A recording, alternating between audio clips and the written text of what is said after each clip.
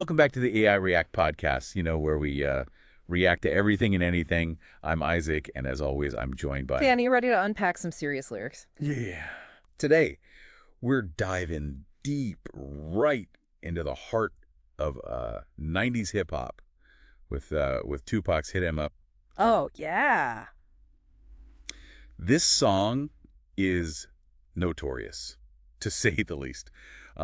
It's raw, aggressive, and it played a big role in that whole East Coast West Coast rivalry. Sure. Yeah. So, right from the first line, Tupac sets the tone. I mean, I ain't got no motherfucking friends, what John niggas talking about. It's confrontational, almost paranoid. You can practically hear, like, the isolation and the anger in his voice. Yeah, it's like he's built a wall around himself ready to take on the world. Yeah. But do you think that's really Tupac, or is it more the thug life persona he was crafting at the time? That's a good question, Isaac. Tupac was incredibly complex. I mean, there's the man who wrote sensitive poetry, and then there's the rapper who embodied this, like, aggressive, almost nihilistic image. Right. Hit 'Em Up 2, it leans heavily on the latter. Definitely. And it's not just like vague anger. Right. He's laser focused on specific targets, especially Biggie Smalls and Puff Daddy. Yeah. It's not subtle at all. They know exactly who I'm talking about, too, you old bitch-made niggas. Yeah, Hit 'Em Up 2 is a diss track. Yeah. Pure and simple. Yeah. But it's interesting you bring up Puff Daddy. Yeah. Maybe for listeners who weren't around back then, he was and still is a major player in the music industry. Oh, for sure. He was Biggie's, like, close friend and producer, so he is absolutely in Tupac's crosshairs here. And it's not just words. No. The threats are vivid and violent. Right. Like lines like, niggas dying tonight. That's not just lyrical flourish. Yeah. This song was considered a serious threat at the time. Absolutely. But it's more than just threats. Yeah. Tupac uses powerful imagery, comparing himself to, like, a murderer claiming to be dropping off bodies. Right. It's hyper-masculine, almost a caricature of, gangster rap's obsession with violence. It's like he's trying to outdo every other rapper in the game Yeah. when it comes to hardcore lyrics. But I wonder, isn't there something like deeper here? Beyond all the aggression, is there a message about like loyalty or betrayal or the pressure of fame? Isaac, I have to disagree. I think people try to overanalyze this song. Sometimes a diss track is just a diss track. There's no hidden meaning, no metaphor for the human condition.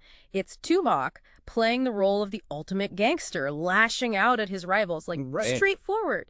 Yeah, and Tupac isn't alone in this lyrical assault. Right. Each member of the Outlaws, they kind of add their own fuel to the fire. They each have a verse, and while their styles differ a little bit, that same aggressive energy like runs through all of them. Yeah, you've got Napoleon talking about his past. Yeah. EDI boasting about, his Brooklyn roots. Right. Storm ends the song with a real, like, theatrical flourish, calling himself the bomb nigga. It's like they're each taking their turn to kind of prove their loyalty to Tupac and the West Coast. Yeah, they definitely create this sense of like a united front against the East Coast. Speaking of Biggie, that line, Biggie Smalls just got shot. How do you interpret that? It's especially chilling, considering Biggie was murdered 6 months after this song was released. It is unsettling, no doubt about it. Some people say it was a coincidence. Others believe it was like a direct threat. But honestly, to me, it just highlights that volatile atmosphere surrounding this whole rivalry. It wasn't just music. It felt dangerous, like anything could happen. And that danger wasn't just like a perception, the East Coast, West Coast rivalry. It went beyond the music. It was fueled by media hype,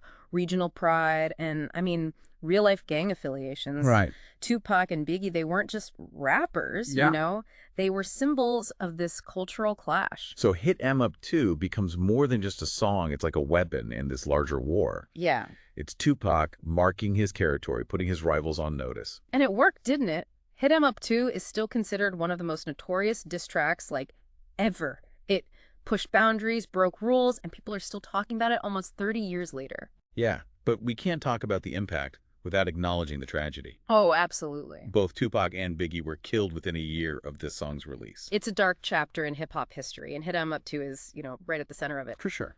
But beyond the violence and the controversy, I think it's important to remember the historical context here. What do you mean? Well, the mid-90s was a very different time for hip-hop. Right. Gangster rap was on the rise, and there was a lot of pressure on artists to project a certain image, to be tough, uncompromising, real. Yeah. You could argue that Hit 'Em Up 2 is a product of that environment. So are you saying Tupac was playing a character? That the aggression was all an act? I wouldn't go that far, but I do think it's important to consider the context. It wasn't just a personal feud between two rappers. It was a clash of cultures, a battle for dominance in the hip-hop world. And Hit 'Em Up 2 was a weapon in that battle. Exactly. It was a way for Tupac to, like, assert his dominance, to show that he wasn't afraid to go after his rivals, even if it meant, like, crossing lines. But it also reflected the expectations of the genre at the time. Violence, or the threat of violence, was part of the narrative. And that raises a big question. How has the landscape of hip-hop and rap feuds changed since the time of Hit 'Em Up 2? Do you think this kind of aggression, this willingness to use violence as a lyrical weapon, still exists today? Yeah, it feels like things have calmed down a lot since the 90s, you know? Yeah. We don't really hear those same levels of, like, explicit threats in mainstream hip-hop today. It's true. I mean, the landscape has definitely changed. Yeah. But I wouldn't say the aggression has, disappeared entirely. It's just migrated to, like, new platforms. Think about social media. Right. Twitter beefs, Instagram feuds, diss tracks now are, like, released on SoundCloud, instantly accessible to millions. So you're saying that, like, the battleground has shifted, but the underlying dynamics of, like, rivalry and competition are still there. Exactly. And, like, let's be honest, even without the explicit threats of violence, online platforms can be, like, incredibly brutal. Right. Cyberbullying, cancel culture, these are forms of aggression, just, expressed in different ways. Yeah. Words still have the power to damage reputations, careers, even mental health. It's interesting you bring that up, because when we look back at Hit 'Em Up 2, Right. beyond the shock value, Right. it really highlights the power of words. Like, it reminds us that even in a song, words can have real-world consequences. Right, and that's the takeaway I hope, listeners consider it. Hit 'Em Up 2 can be a cautionary tale. It shows us what can happen when, rivalries escalate unchecked, when aggression is allowed to kind of spiral out of control. Yeah, it makes you think about the responsibility that comes with having a platform and a voice. Yeah. Whether you're, like, a rapper in the 90s or an influencer today, like, your words have an impact.